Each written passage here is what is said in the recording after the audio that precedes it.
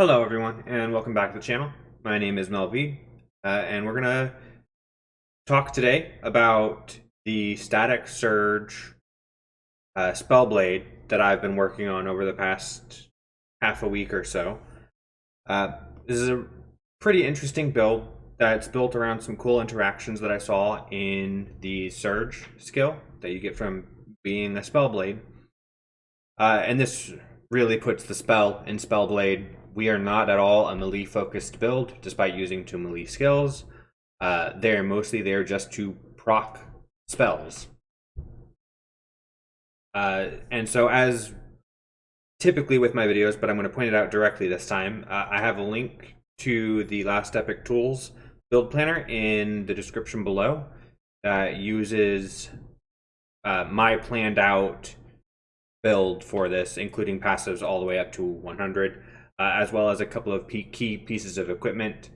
I just do not feel that fully gearing the fake character out is not. I don't think that's worth very much for you or for me.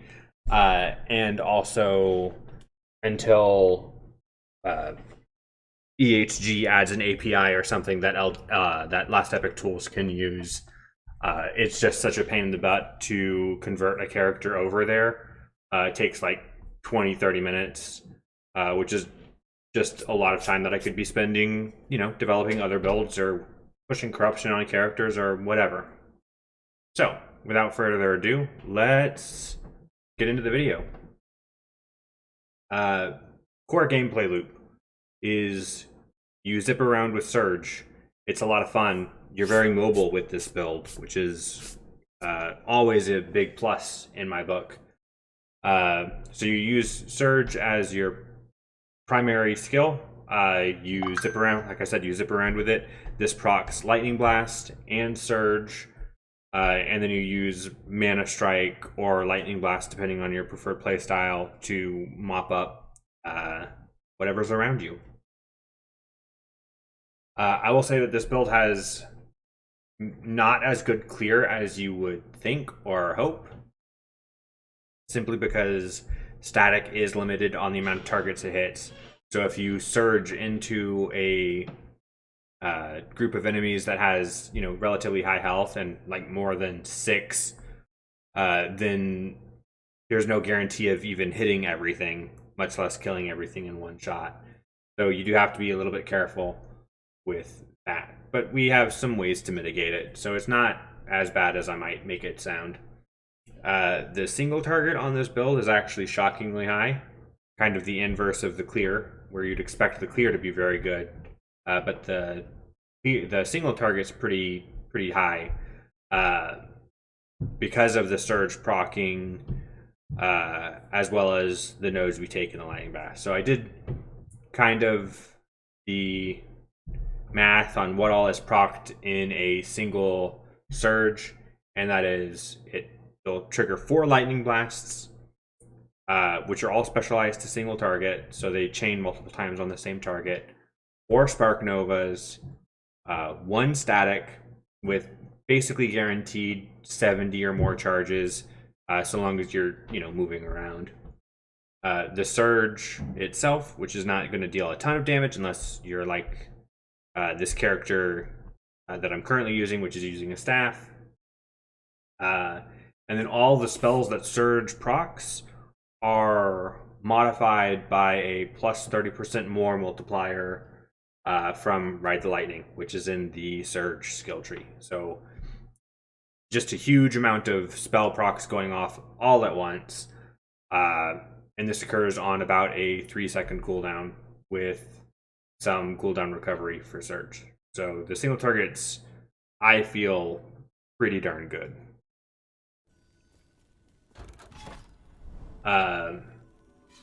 For the skills itself, we're going to start with Surge. This is our primary skill. It procs basically everything else. Like I said, a ton of Lightning Blast, a ton of static. So these are kind of the nodes we take. More focused on actually proccing everything else rather than the damage for Surge itself. So we have 1 Lightning Blast here, plus another 3 while traveling. If there's only 1 target and you Surge through them, all 4 Lightning Blasts will hit the same target. We pick up all the melee lightning damage just because we don't really need the static charges on hit, because that's just not going to add enough static charges to be worthwhile. And there's not really anything else. You could go ward if you want to, I guess. We're going with more lightning damage per 4 static charges. Again, just to make sure that Surge isn't totally useless. But again, and we need to have 2 in here anyway. But if you want to, you can take the 3rd out and grab, ward, or ward really is the only thing I would suggest. We want the max static charges on use, which is 30. And then obviously static on arrival with Surge is huge. So this is where the 4 lightning blasts and the static come in.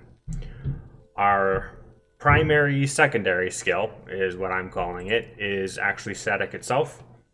For this, we're focused mostly on damage and crit chance, as well as charge generation from the movement here, plus the maximum charges.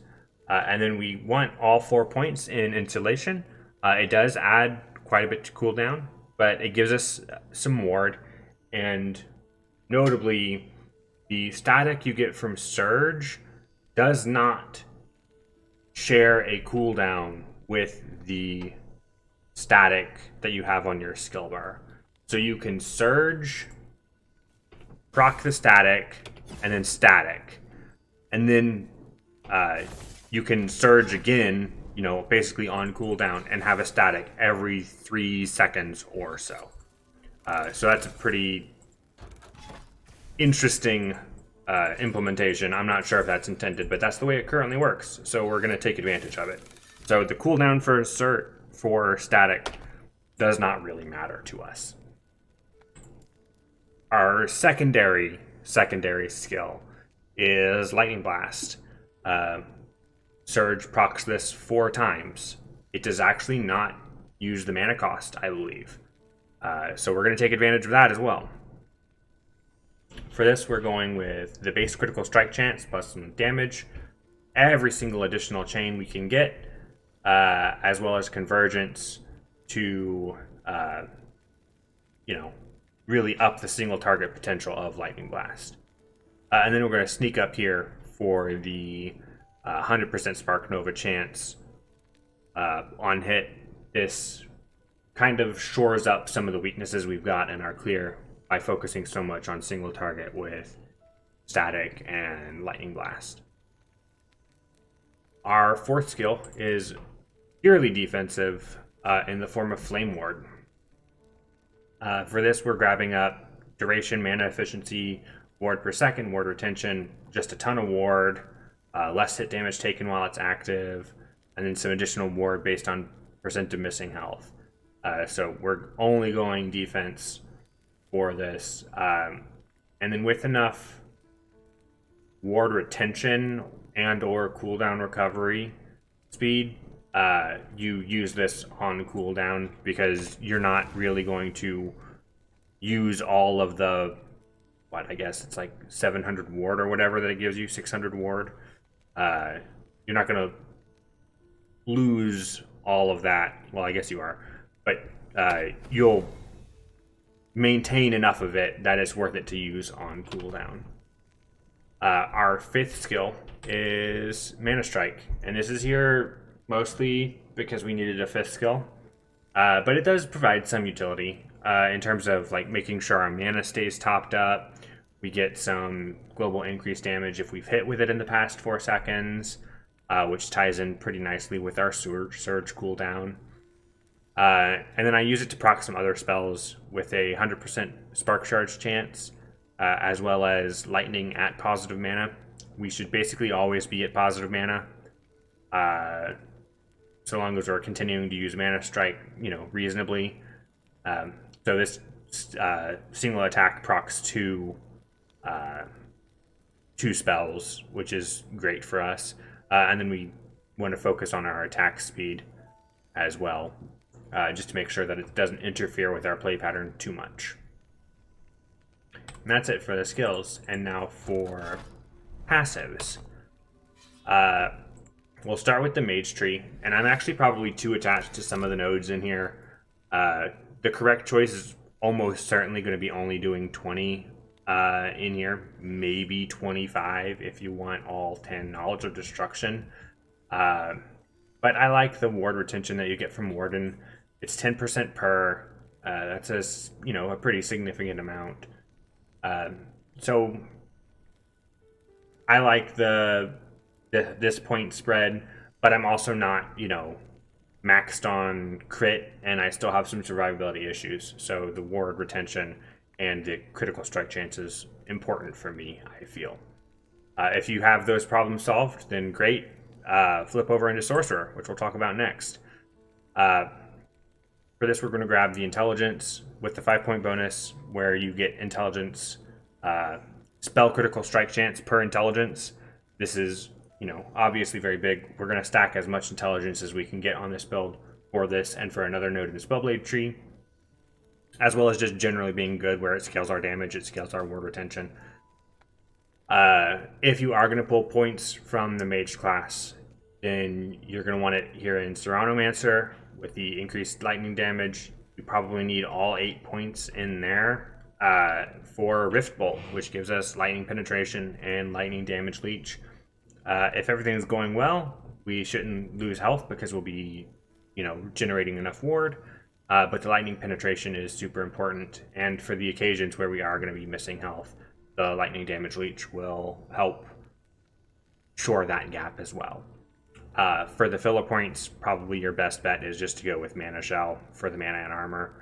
You could also go with Afterglow if you want, but I'm not convinced that the benefit you get from that is enough for the points you have to spend into it, particularly since none of our skills cost 40 mana and we don't channel anything.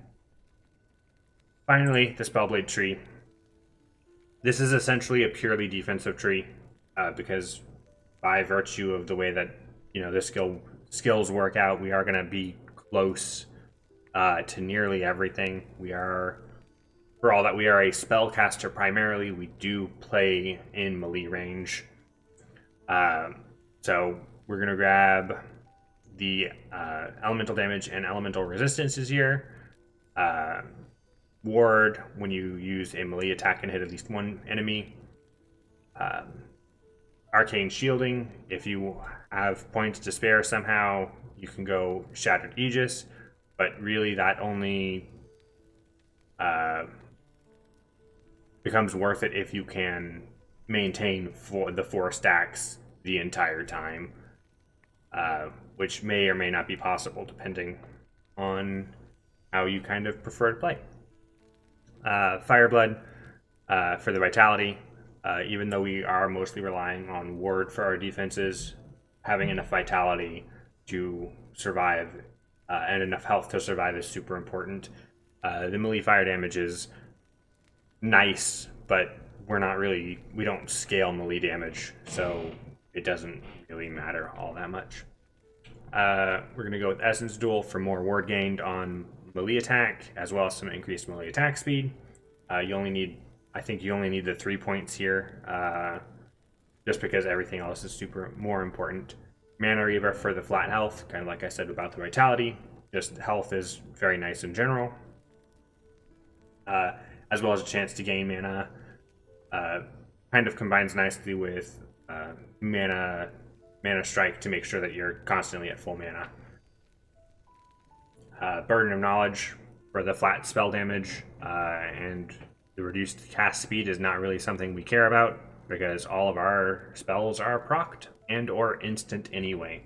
So reduced cast speed does absolutely nothing to us. This, I think, is the only purely offensive node that we're going to grab in the Spellblade tree. Mental Fortitude for the intelligence and the ward per second. Like I said, we want as much intelligence as possible. The ward per second is also a really nice bonus. Outrun and Outlast. This gives us health, ward retention, and then cooldown recovery speed for Surge, which, given that that's our primary source of proccing stuff, is super important. And then I know for a fact that I want to get Prodigy whenever I get a chance. All 5 points into here. Ward per second per 10 intelligence, up to 10, which basically means 1 ward per second per intelligence you've got, which, given that without too much investment into making sure I have a ton of intelligence, I'm at 59, an additional 59 ward per second once I get that maxed out. So that'll be a huge boon to my survivability, I feel. In terms of itemization, there's really only 2 things that I think are really, really strong. One of them is the spell static charges gained per second. That's probably the more important of the 2. You can have up to 2 of these. Get both as soon as you can. It turns your waiting game for static into something that goes by super quickly. Particularly once you're out there moving around and stuff. It means you can always generally I am using Surge with at least 70 static charges stacked after using it, because it gives you the extra 30. So these idols really help out with that. And in terms of itemization, the second item that I think is really important, that I actually don't have on this character, because I didn't want to take it from my sorcerer, is Fragment of the Enigma. This is an amazing catalyst. If I remember to, whenever I'm editing this, I'll stick an image of it up on the screen just so you have an idea for it. But this provides a ton of intelligence, ward per second, spark charge on hit, which is nice because, again, that's just an additional spell proc chance.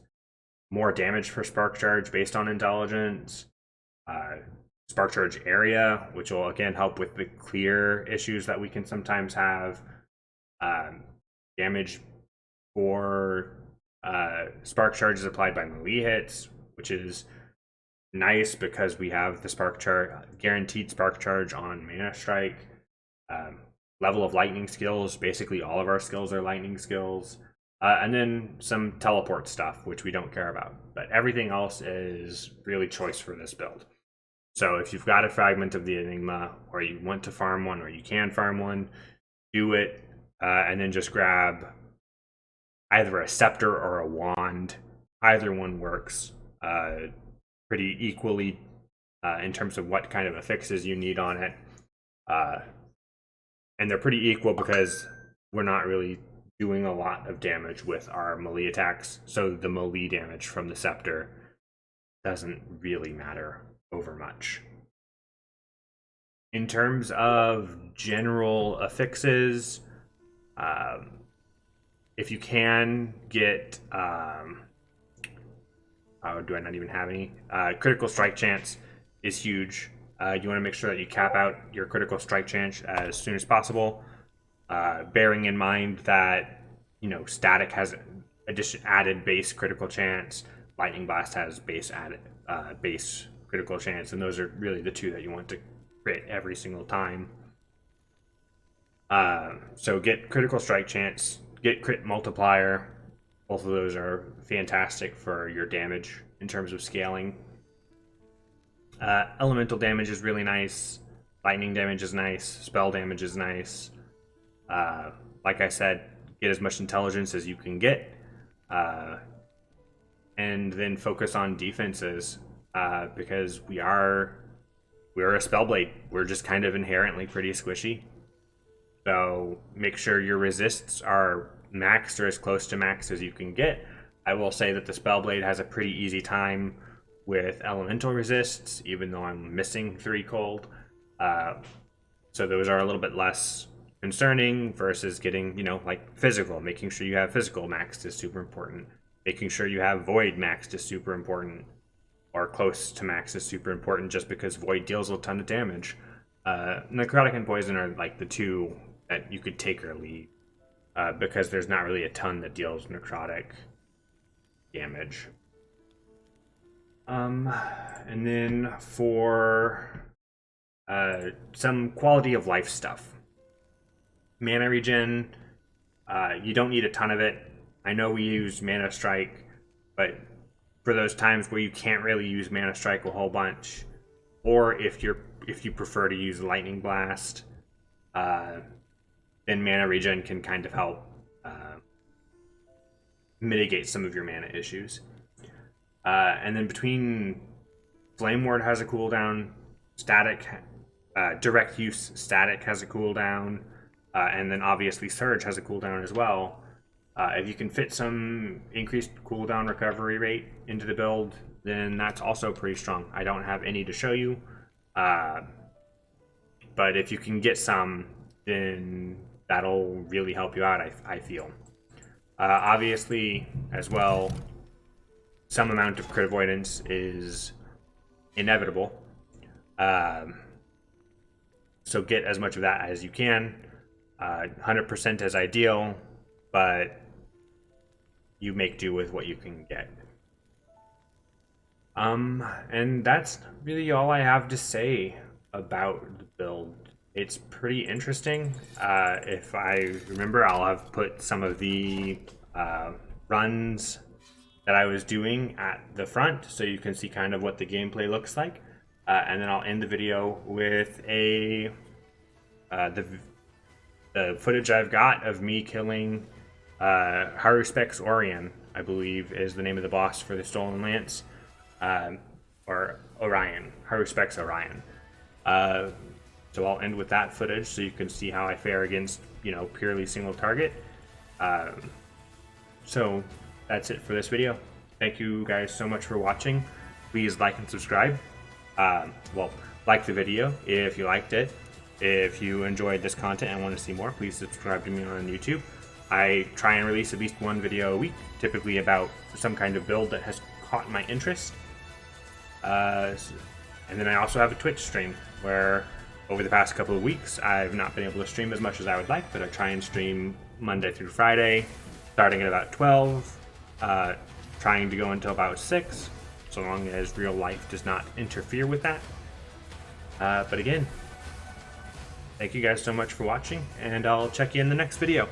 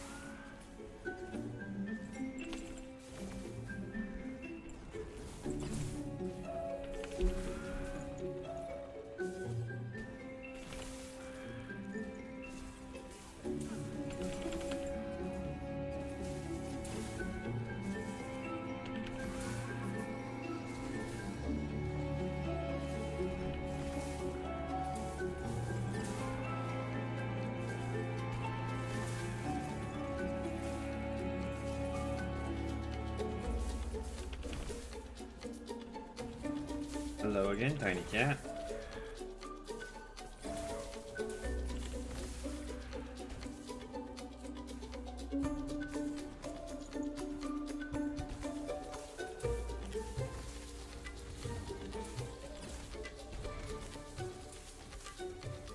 Ow. Tiny Cat. Your tail's kind of in my way, baby. Tail's kind of in my way, not gonna lie.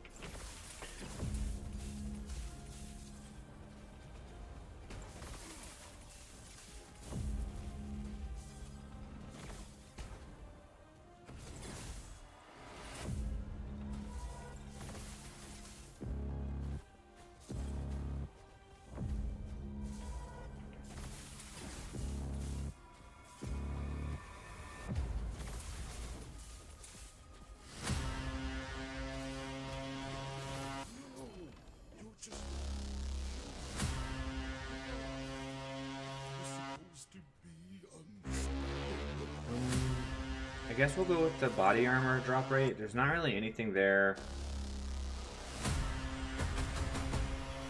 that I particularly want. I do know that throne is supposed to be pretty decent.